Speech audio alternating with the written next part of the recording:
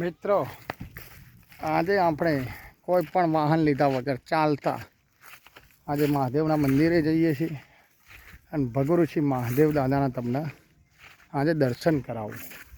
ઉગમણી વાત્રક નદીના કિનારે હલ્દરવાસ બરકુંડા અને ચિપિયલ ગામની હદ ઉપર આવેલું મંદિર, જ્યાં 1.5 કિલોમીટર ઉગમણી વાત્રક નદી વહે છે અને સ્વયંભૂ શિવલિંગ ભૃગુઋષિ મહાદેવના આજે દર્શન કરાવું તમને.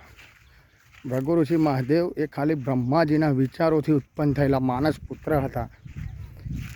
અને બીજું કે આજે તમે પણ બધે સાંભળ્યું હશે અને જોયું પણ હશે કે મહાદેવ દાદા જે હતા, ભૃગુઋષિ મહાદેવ, ભૃગુઋષિ આજે મિત્રો કે જ્યારે એમને યજ્ઞ કર્યો, ઋષિઓએ ભેગા થઈ અને એ યજ્ઞનું ફળ જ્યારે આપવાનું થયું ત્યારે એમણે નક્કી કર્યું કે સૌથી મોટા દેવ બ્રહ્મા વિષ્ણુ અને મહેશ, બ્રહ્મા વિષ્ણુ અને મહેશમાંથી યજ્ઞનું ફળ કોણે આલવું. એટલે જ્યારે એની પરીક્ષા કરવા માટે બ્રહ્મા વિષ્ણુ અને મહેશ ત્રણેયની પરીક્ષા કરવા માટે ભૃગુઋષિની નિમણૂક કરવામાં આવી.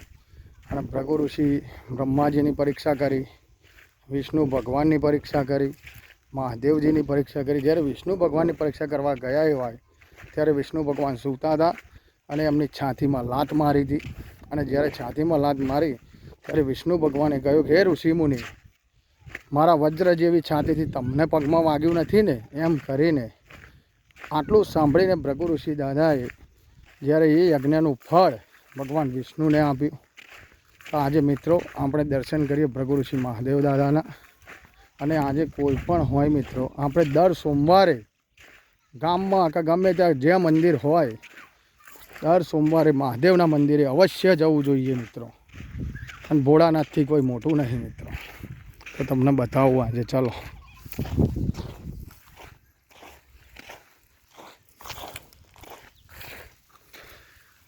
કુદરતી સૌંદર્યની અંદર જો મિત્રો,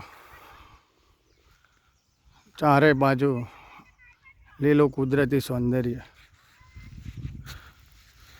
અને અહીંયા જે દાદાના લીમડાનું વૃક્ષ છે કે જ્યાં બહુ મોટા નાગ દાદા રહે છે, બહુ વર્ષો જૂનું વૃક્ષ છે, લગભગ 200 વર્ષ ઉપર થઈ ગયા છે.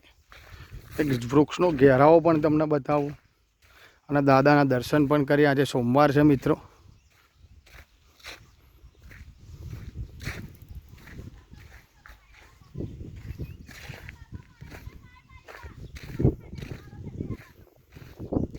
આ હલ્દરવાસથી જે રસ્તો આવે મિત્રો, એ બરકુંડા અને ચિપિયલથી પણ રસ્તો આવે છે. ત્યાંથી સીધી ગાડી, બાઇક, સાયકલ, કોઈ પણ સાધન લઈને તમે ડાયરેક્ટ દાદાના મંદિરે આવી શકો છો.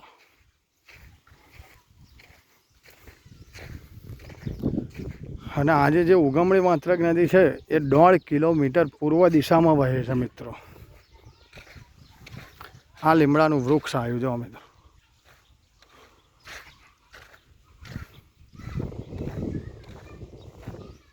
આ મંદિરે આપણે પહોંચવા થઈ ગયા છીએ મિત્રો.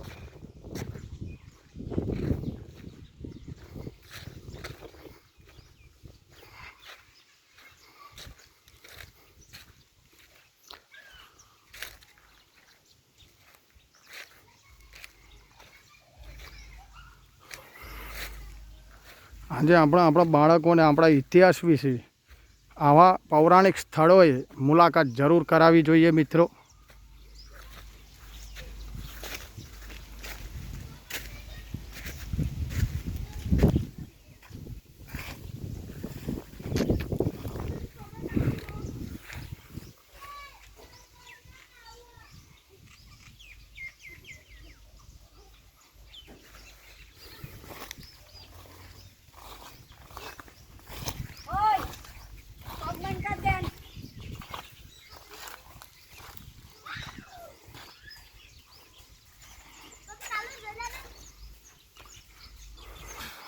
સામે ચમનમુનિ મહાદેવનું મંદિર,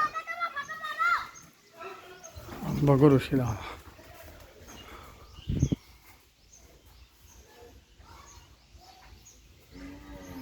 હર હર મહાદેવ, કૈલાસપતિ બોળાના.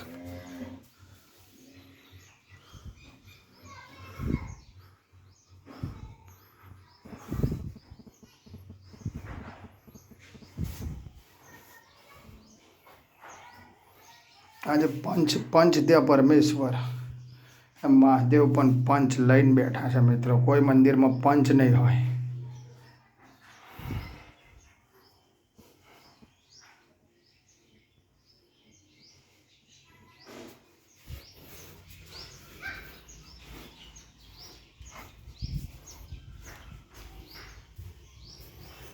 જો આ નંદી મહારાજ,